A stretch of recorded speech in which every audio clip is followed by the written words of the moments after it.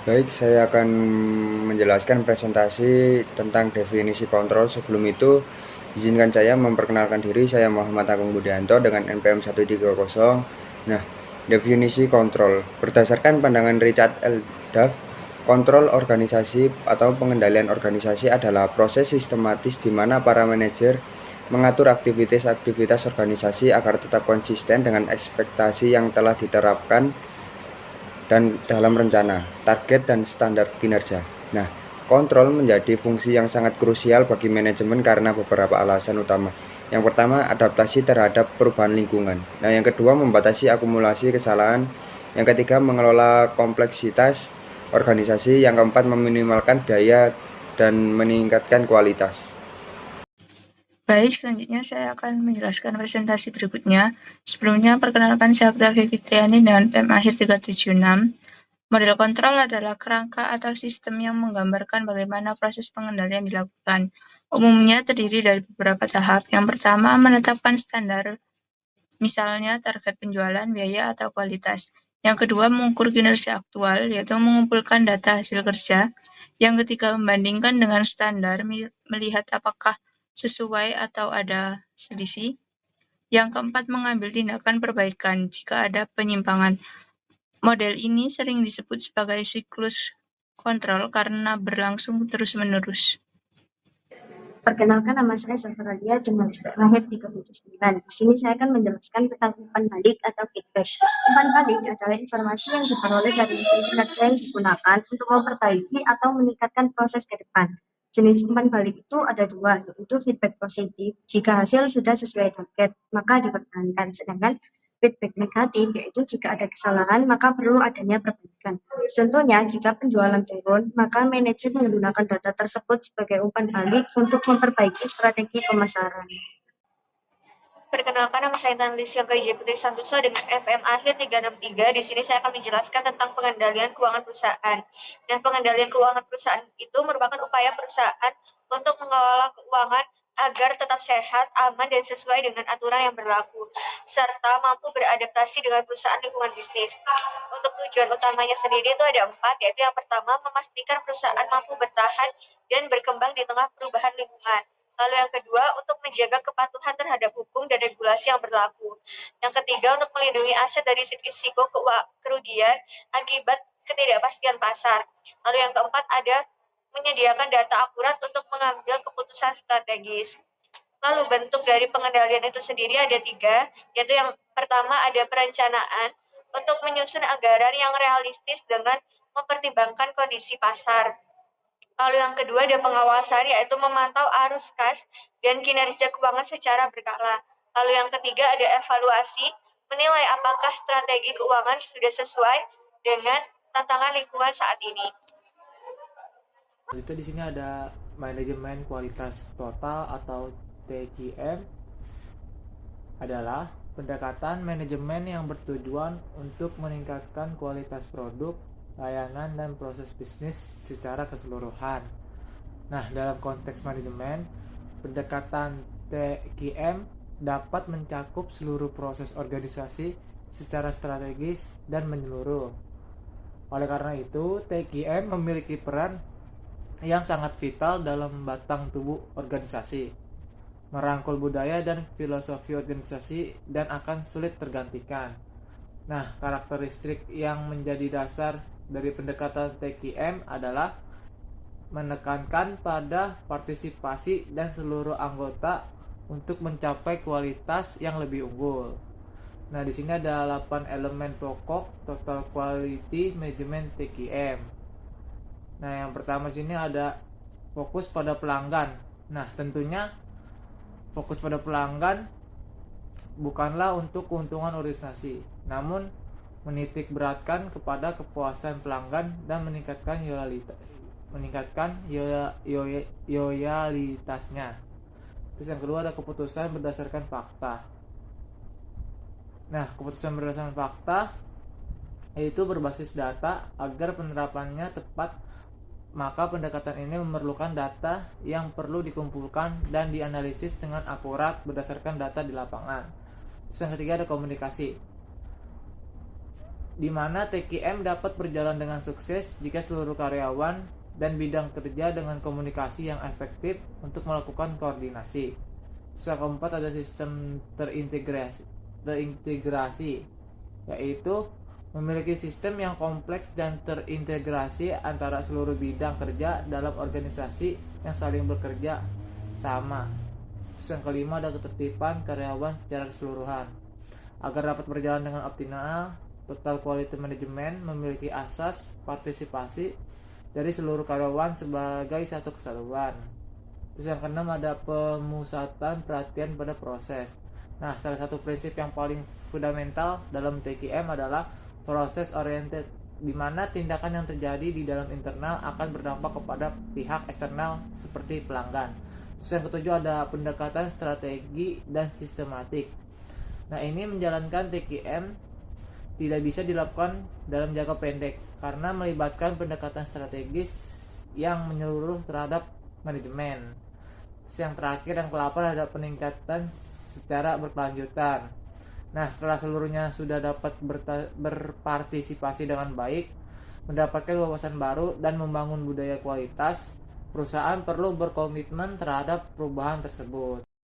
Nah, selanjutnya di sini ada manfaat atau fungsi dari penerapan Total Quality Management atau TQM. Nah, karena berbasis proses oriented dan kompleksitas yang tinggi, tentunya manfaat dari penerapan Total Quality Management akan lebih terasa dalam jangka panjang. Tujuan akhir dari penerapan TQM yaitu efisien biaya, memperbaiki internal, meningkatkan kepuasan pelanggan dan loyalitas pelanggan. Nah, berikut merupakan manfaat-manfaat dari yang didapat oleh perusahaan. Yang pertama di sini ada meningkatkan kualitas layanan dan kepuasan pelanggan. Terus yang kedua ada implementasi proses perbaikan berkelanjutan. Terus yang ketiga ada mendapatkan sertifikasi mutu bertaraf internasional. Perkenalkan, nama saya Claudia Enda Sugianto dengan NPM 367. Di sini saya akan melanjutkan presentasi dari teman saya. Selanjutnya ada otomatisasi teknologi yang digunakan agar proses kerja menjadi lebih cepat, hemat biaya, dan menghasilkan kualitas yang lebih baik.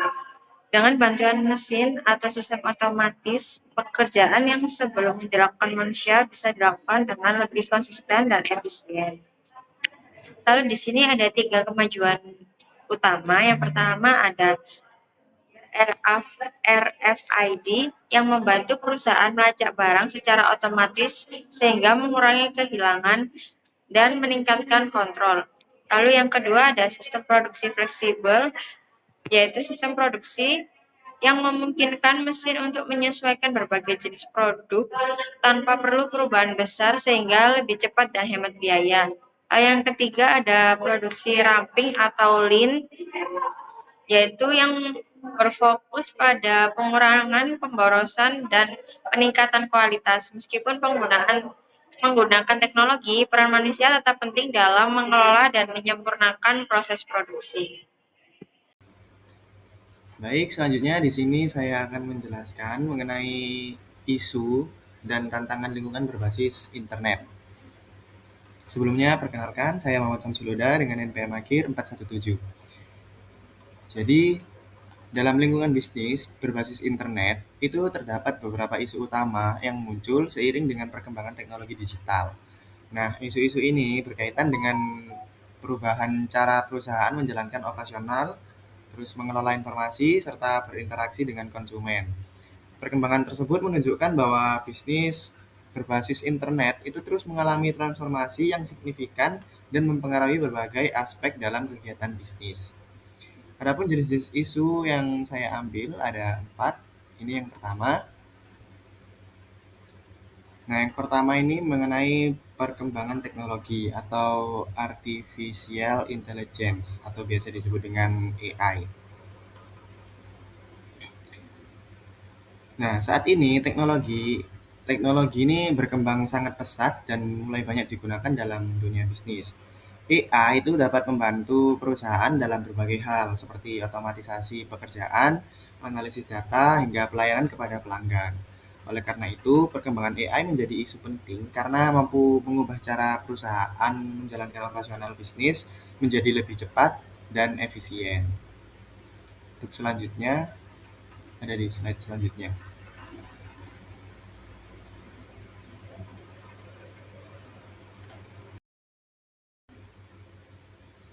Nah, lalu selanjutnya yang kedua ada perkembangan big data.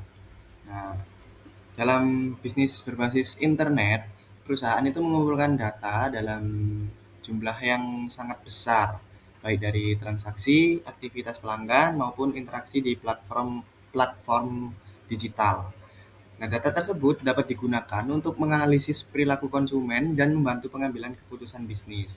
Jadi oleh karena itu, big data itu menjadi isu penting karena perusahaan perlu mampu mengelola dan memanfaatkan data secara efektif agar dapat meningkatkan kinerja bisnis.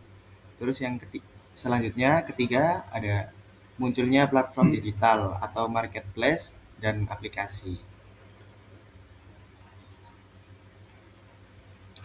Seperti marketplace dan aplikasi, saat ini itu banyak aktivitas bisnis yang dilakukan melalui platform digital yang mempertemukan penjual dan konsumen secara langsung. Jadi keberadaan platform ini mempermudah proses transaksi dan memperluas jangkauan pasar bagi perusahaan. Jadi munculnya platform digital itu menjadi isu penting karena mengubah cara perusahaan dalam menjalankan bisnis dan berinteraksi dengan konsumen. Nah, selanjutnya yang keempat, yang terakhir tentang perubahan perilaku konsumen ke arah digital. Nah, saat ini konsumen itu semakin terbiasa menggunakan internet dalam berbagai aktivitas seperti mencari informasi, berbelanja, hingga melakukan pembayaran secara online. Nah, perubahan ini itu membuat konsumen menjadi lebih praktis dan cepat dalam mengambil keputusan. Oleh karena itu, perubahan perilaku konsumen menjadi isu penting karena mempengaruhi cara perusahaan dalam menawarkan produk dan layanan kepada pelanggan. Untuk tantangan lingkungan berbasis internet akan dijelaskan oleh partner saya. Terima kasih. Kayak kurang menit anjing.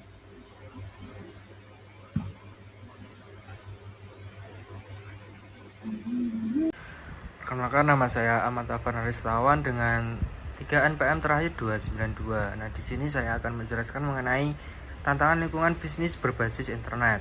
Nah, lingkungan bisnis berbasis internet ini yaitu kondisi eksternal yang mempengaruhi operasional bisnis online. Nah, dalam praktiknya terdapat beberapa tantangan utama. Yang pertama yaitu perkembangan teknologi yang cepat. Nah, teknologi digital itu terus berubah seperti AI, big data, dan cloud computing. Nah, maka dari itu perusahaan itu harus terus beradaptasi dan mengeluarkan biaya yang besar untuk mengikuti perkembangan teknologi. Nah, agar tidak tertinggal dari perusahaan-perusahaan pesaing. Kemudian tantangan yang kedua yaitu persaingan global yang ketat. Nah, internet itu membuka pasar tanpa batas geografis. Nah, maka dari itu bisnis itu harus bersaing tidak hanya secara lokal tetapi juga secara global, termasuk dengan perusahaan besar dan startup.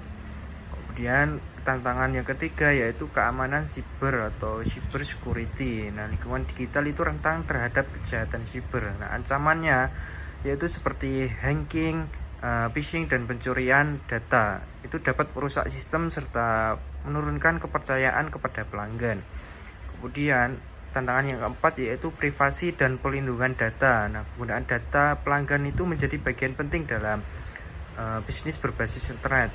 Maka dari itu perusahaan itu harus menjaga keamanan data dan mematuhi regulasi agar tidak terjadi penyalahgunaan data. Nah, sekian dan terima kasih atas perhatiannya kepada semuanya. Kurang lebihnya kami mohon maaf apabila ada kekurangan dalam penyampaian materi kali ini. Dan kita akhiri, wassalamualaikum warahmatullahi wabarakatuh.